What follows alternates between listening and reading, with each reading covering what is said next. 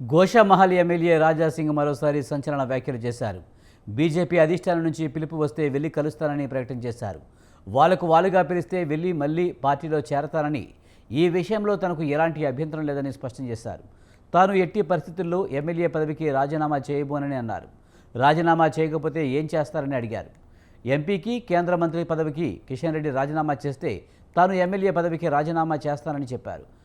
ఒకచోట ఇద్దరం స్వతంత్ర అభ్యర్థులుగా పోటీ చేద్దాం, ఎవరు గెలుస్తారో చూద్దామని సంచలన సవాల్ విసిరారు.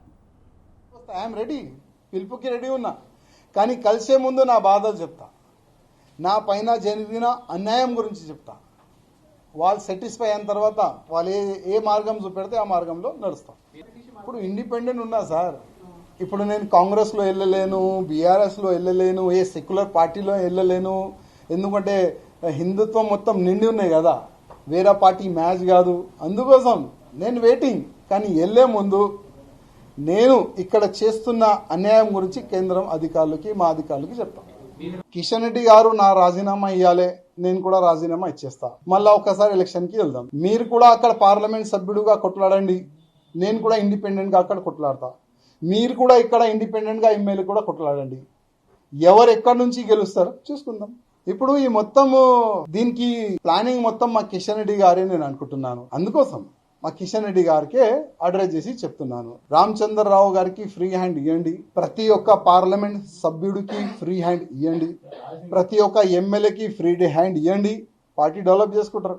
ఇంకా ఎన్ని సంవత్సరాలు వెనక నుంచి గుంజే కార్యక్రమం చేస్తారు. దేశ ఫ్యూచర్ గురించి మేము ఇవాళ మాకు మాట్లాడడానికి అవకాశం దొరుకుతుందంటే అది బీజేపీ కార్యకర్తల వల్ల. కానీ ఇవాళ అదే కార్యకర్తలకి పక్క పెడుతున్నారు. మేము పేరు పంపిస్తున్న ఆ పేర్లు కూడా పక్క పెడుతున్నారు. మళ్ళా అదే యాంగిల్ నడుస్తుంది.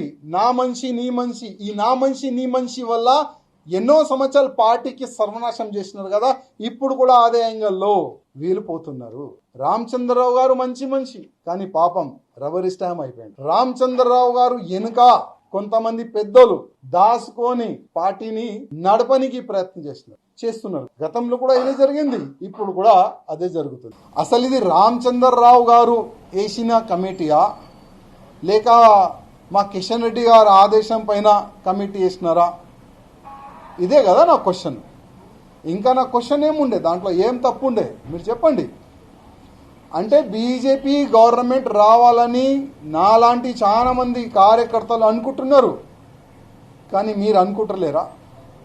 అసలు ఈ కమిటీతోని మీరు బీజేపీ గవర్నమెంట్ తెలంగాణలో తీసుకొని వస్తారా? కొద్దిగా చెప్పండి.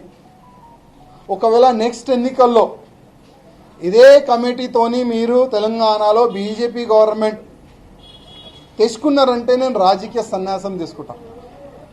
ఎందుకంటే ఇవాళ నేను ప్రతి ఒక్క వ్యక్తికి నేను గుర్తుపడతాను. వాళ్ళకి నా శుభాకాంక్షలు. ఓకే, మీరు ఎన్నో సంవత్సరాలు కష్టపడ్డారు, ఇవాళ మీకు స్టేట్ కమిటీలో పోస్ట్ దొరికింది, శుభాకాంక్షలు. కానీ నా క్వశ్చన్ ఏంది, ఈ కమిటీతోని మీరు గవర్నమెంట్ ఫామ్ చేస్తారా వచ్చే ఎన్నికల్లో? నాకైతే కష్టం కనబడుతుంది.